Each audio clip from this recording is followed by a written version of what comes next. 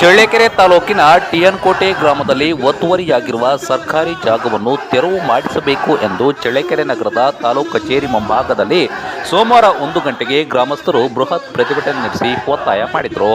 ಚಳ್ಳಕೆರೆ ತಾಲೂಕಿನ ಟಿಎನ್ಕೋಟೆ ಗ್ರಾಮದ survey number 70ರಲ್ಲಿ 23.37 ಎಕರೆ, 71ರಲ್ಲಿ 54.02 ಎಕರೆ, 72ರಲ್ಲಿ 12.33 ಎಕರೆ, 45ರಲ್ಲಿ 47.9 ಎಕರೆ ಒಟ್ಟು 137 ಎಕರೆ 31 ಕುಂಟೆ ಸರ್ಕಾರಿ ಗೋಮಾಳವಿದ್ದು ಇದರಲ್ಲಿ ಕೆಲವರು ಅಕ್ರಮವಾಗಿ ಒತ್ತುವರಿ ಮಾಡಿಕೊಂಡಿರುತ್ತಾರೆ. ಈ ಅಕ್ರಮ ಒತ್ತುವರಿಯನ್ನು ತೆರವುಗೊಳಿಸಿ ಒಟ್ಟು 137.31 ಎಕರೆ ಸರ್ಕಾರಿ ಗೋಮಾಳವನ್ನು ಹದ್ದುಬಸ್ತು ಮಾಡಬೇಕು ಎಂದು ಟಿಎನ್ಕೋಟೆ ಗ್ರಾಮಸ್ಥರು ಸರ್ಕಾರದ ವಿರುದ್ಧ ಘೋಷಣೆಗಳನ್ನು ಕೂಗಿ ತಾಲೂಕು ಕಚೇರಿ ಮುಂಭಾಗದಲ್ಲಿ ಪ್ರತಿಭಟನೆ ನಡೆಸಿದರು. ಚಳ್ಳಕೆರೆ ತಾಲೂಕಿನ ಟಿಎನ್ಕೋಟೆ ಗ್ರಾಮದಲ್ಲಿ ಸರ್ಕಾರಿ ಜಮೀನು ಒತ್ತುವರಿಯಾದರೂ ಕೂಡ ಅಧಿಕಾರಿಗಳು ತೆರವು ಮಾಡಿಸಲು ಮುಂದಾಗುತ್ತಿಲ್ಲ. ಅನೇಕ ಬಾರಿ ಜಿಲ್ಲಾಧಿಕಾರಿಗಳಿಗೆ, ತಹಸೀಲ್ದಾರ್ಗೆ ಮನವಿ ಸಲ್ಲಿಸಿದ್ದೇವೆ. ಆದರೂ ಕೂಡ ಇದುವರೆಗೆ ಆದರೂ ಸರ್ಕಾರಿ ಜಾಗವನ್ನು ಒತ್ತುವರಿ ಮಾಡಿಕೊಂಡಿರುವುದನ್ನು ತೆರವು ಮಾಡಿಸಿಲ್ಲವೆಂದು ಟಿಎನ್ಕೋಟೆ ಗ್ರಾಮಸ್ಥರು ಒತ್ತಾಯ ಮಾಡಿದರು. ಈ ಸಂದರ್ಭದಲ್ಲಿ ಗ್ರಾಮ ಪಂಚಾಯಿತಿ ಸದಸ್ಯರಾದಂಥ ಓಂಕಾರ ಮೂರ್ತಿ ಸೇರಿದಂತೆ ಮುಂತಾದವರು ಇದ್ದರು.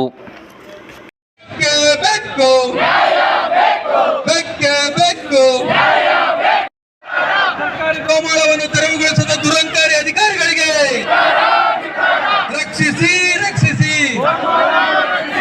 ರಕ್ಷಿಸಿ ರಕ್ಷಿಸಿ ರಕ್ಷಿಸಿ ರಕ್ಷಿಸಿ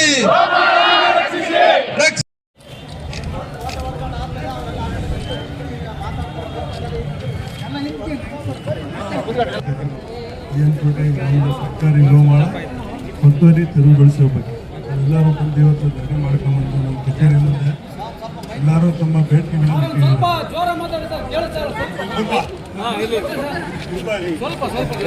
ಬಗ್ಗೆ ಕೇಳಿದಂತೆ ಸರ್ಕಾರಿ ಗೋಮಾಳ ಒತ್ತುವರಿ ತೆರವುಗೊಳಿಸ್ತೀವಿ, 100% ತೆರವುಗೊಳಿಸ್ತೀವಿ. ಅದನ್ನು ಇನ್ನೊಂದು ವಿಷಯ ತಾವು ಹೇಳಿದ್ರಿ, 8 ಎಕರೆ ತಾವು ಇದಕ್ಕೆ ಆಶ್ರಯ ಕೊಟ್ಟಿದ್ದೀರಾ. ಜಾಗ ಕಡಿಮೆ ಇದೆ, ಇನ್ನೂ ಭಾಳ ಜನ ಇದ್ದಾರೆ, ಭಾಳ ಜನಕ್ಕೂ ತಾವು ಕೊಡಬೇಕು ಅಂತ ತಾವು ಕೇಳ್ತಾ ಇದ್ದೀವಿ. ಒಳ್ಳೆಯದು. ನಮ್ಮ ಜಿಲ್ಲಾಧಿಕಾರಿಗಳು ಒಂದು ಮಾತು ಹೇಳಿದ್ದಾರೆ, ತಾಲೂಕಲ್ಲಿ ಎಲ್ಲ ಜಿಲ್ಲೆಯಲ್ಲಿ ಆಗಲಿ ಯಾವ ಮನುಷ್ಯನೂ ಸೈಟ್ ಇಲ್ದಂಗೆ ಇರಬಾರ್ದು ಅಂತೇಳಿ ನಮ್ಮ ಜಿಲ್ಲಾಧಿಕಾರಿಗಳು ಹೇಳಿದ್ದಾರೆ. ಅದರ ಪರವಾಗಿ ನಾವೆಲ್ಲ ಕೆಲಸ ಮಾಡ್ತಾ ಇದ್ದೀವಿ. ನಮ್ಮೂರಲ್ಲಿ ತಮ್ಮ ಬೇಡಿಕೆ ಏನಿದೆಯೋ ಗ್ರಾಮ ಪಂಚಾಯತಿಗೆ ಕುಡಿತಾ ಹೋಗ್ತಾರೆ. ಗ್ರಾಮ ಪಂಚಾಯತಿ ಮೆಂಬರ್ಗಳು ಬಂದಿದ್ದೀರಾ. ಈಗ 8 ಎಕರೆ ಇರೋದ್ರಲ್ಲಿ 1 ಎಕರೆಗೆ 20 ಸೈಟ್ ಅಂದರೆ 160 ಜನಕ್ಕೆ ಮಾತ್ರ ಆಗುತ್ತೆ. 1000 ಅಲ್ಲ 2000 ಜನ ಇರಲಿ, ಬೇಡಿಕೆ ಕೊಡಿ. ಯಾವುದೇ ಜಾಗ ಇರಲಿ ಒತ್ತುವರಿ ಅದು ತೆರವುಗೊಳಿಸ್ಕೊಂಡು ಆಶ್ರಯಕ್ಕೆ ಸೈಟ್ ಮಾಡಿಕೊಡ್ತೀವಿ ನಾವು. ಆಯ್ತಾ? ನಾವು ಏನಿದೆಯೋ ಬೇಡಿಕೆ ತಾವು ಇಒ ಆಫೀಸಲ್ಲಿ ಕೊಡಿ. ನೀವು ತಮ್ಮ ಪಂಚಾಯತಿಯಿಂದ ರೆಸಲ್ಯೂಷನ್ ಮಾಡಿ ಎಷ್ಟು ಜನ ಸೈಟ್ಲೆಸ್ ಪೀಪಲ್ ಇದ್ದಾರೆ ಅಂತೇಳಿ ತಾವು ಅಲ್ಲಿಂದ ಅವ್ರಿಗೆ ಕೊಡಿ. ಅಲ್ಲಿಂದ ಬರಲಿ ಬೇಡಿಕೆ. ನಮಗೆ ಪಂಚಾಯತಿಲಿ ಕೇಳಿ ಅರ್ಜಿ ಕೊಟ್ಟು ರೆಸಲ್ಯೂಷನ್ ಮಾಡಿ ಮೆಂಬರ್ಗಳೇ 8 ಜನ. ನಾನು ಹೇಳೋದು ಫುಲ್ ಕೇಳಿ ಫಸ್ಟ್. ಈಗ ನಾನು ಹೇಳಿದೆ ಫಸ್ಟಿಗೆ, ಮೊನ್ನೆ ಜಿಲ್ಲಾಧಿಕಾರಿಗಳು ಏನು ಹೇಳಿದ್ದಾರೆ, ಸೈಟ್ಲೆಸ್ ಪೀಪಲ್ ಯಾರು ಇರಬಾರ್ದು ಅಂತ ಹೇಳಿದ್ದಾರೆ. ಪ್ರತಿಯೊಬ್ಬರಿಗೂ ನಿವೇಶನ ಕೊಡಲೇಬೇಕು ಅಂತ ಹೇಳಿದ್ದಾರೆ. ಪ್ರತಿ ಗ್ರಾಮ ಪಂಚಾಯತಿಯಿಂದಲೂ ತಗೊಂತಾ ಇದ್ದೀವಿ ನಾವು. ಎಲ್ಲ ಗ್ರಾಮ ಪಂಚಾಯತಿಂದಲೂ 110 ಹಳ್ಳಿ ಕೊಟ್ಟಿದ್ದಾರೆ ಇಲ್ಲಿವರೆಗೂ. ತಮ್ಮ ಹಳ್ಳಿದಿದ್ರೆ ತಮ್ಮ ಹಳ್ಳಿದು ಕೊಟ್ಟು ತಮ್ಮ ಹಳ್ಳಿದು ಮಾಡಿಕೊಡ್ತೀನಿ ನಾನು. 5000 ಜನ ಇದ್ದಾರೆ, 5000 ಜನಕ್ಕೂ ಜಾಗ ತೆಗೆದು ನಾವು ಮಾಡಿಕೊಡ್ತೀನಿ. ನಾವು ಸೈಟ್ಲೆಸ್ ಪೀಪಲ್ ಅಲ್ಲ. ಈಗ ಒಂದು ಮಾತಾಡ್ತೀನಿ ಬೇಡ, ನಿಮಗೆ ಸೈಟ್ ಮಾಡಬೇಕು ಅಂದ್ರೆ ನಾನು ಒತ್ತುವರಿ ತೆರವುಗೊಳಿಸಿ ಮಾಡಿಕೊಡೋದು. ಬೇರೆ ಜಾಗ ಮಾಡಕ್ಕೆ ನಿಮಗೆ ಸರ್ ಸೈಟ್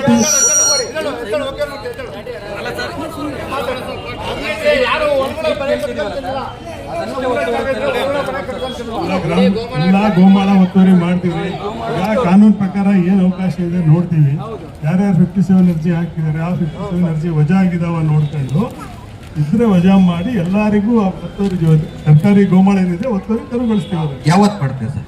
ಇದು ಕಂಡೀಷನ್ ಹಾಕ್ಬೇಡಿ, ಮಾಡ್ತೀರಾ?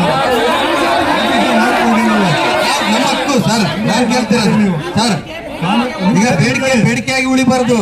ನೀವು ಯಾವತ್ತು ಮಾಡ್ತೀರಾ ಅಂತ ಹೇಳ್ಬಿಟ್ಟು ಸರ್. ಯಾಕೆ ತಪ್ಪು ಸರ್? ಅಲ್ಲ, ಯಾಕೆ ತಪ್ಪು ಸರ್?